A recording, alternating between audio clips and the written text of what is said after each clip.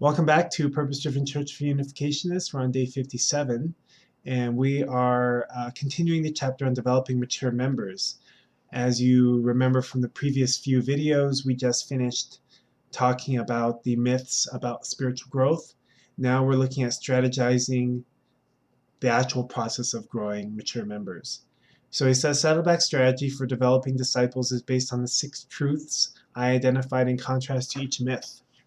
We believe that spiritual growth begins with commitment, is a gradual process, involves developing habits, is measured by 5 factors, and is stimulated by relationships, and requires participation in all 5 purposes of the church.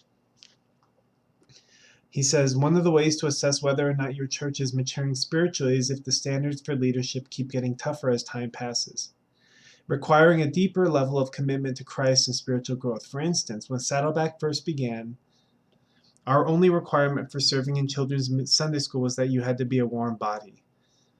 Over the years, we've tightened the requirements considerably. We have done the same thing with our lay pastors, our musicians, and other ministry positions. Each time you raise the standards for leadership, you bring everyone else in the church along a little bit. As the phrase goes, a rising tide praises all the boats in the harbor.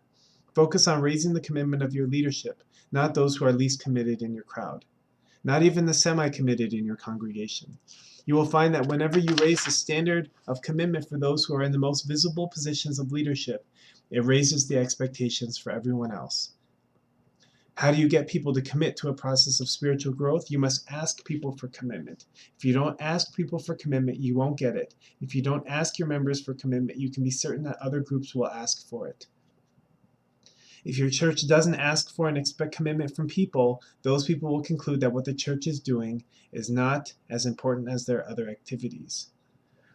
He uses the example of being a Little League parent. He says, if you've ever been a Little League parent, you know that when your child signed up to play, you were required to make a major commitment in terms of providing refreshments, transportation, trophies, and victory parties, in addition to your attendance. There was nothing voluntary about it.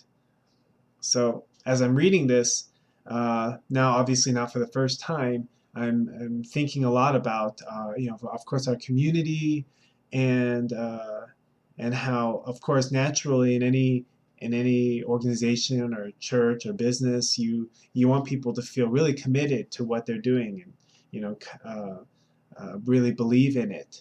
And I really feel like Rick Warren is kind of laying out the way that things are, and how, if you're afraid to ask for commitment or you don't ask for it for some other reason, then people are just naturally going to feel like, well, if I'm not needed or if my commitment's not needed, I have 10 other things I'm doing.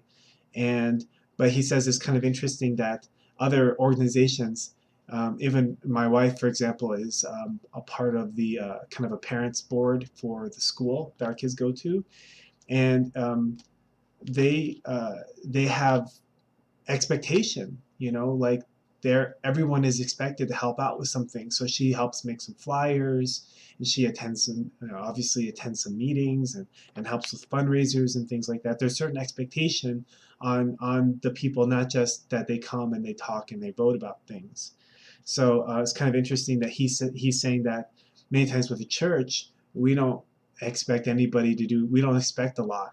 We just kind of hope that people come, or maybe out of fear that if we expect too much that they'll leave. But yeah, anyway, it's just a lot of food for thought. It's almost too much for me. He goes on to say one of the most helpful things a church can do for people is to assist them in clarifying what commitments to make and what commitments to decline. The reason we have so many weak Christians is because they are half committed to many causes rather than being totally committed to the things that matter most. A barrier to spiritual growth for many people is not lack of commitment, but overcommitment to the wrong things. People must be taught to make wise commitments. All right, well, it's a lot, at least for me. I don't know how you feel about it. It's a lot of food for thought for me. I have to digest a lot of that, so I'm just going to do that. So tomorrow we'll go into continuing this section, but that's enough for today. All right, thanks a lot. Bye.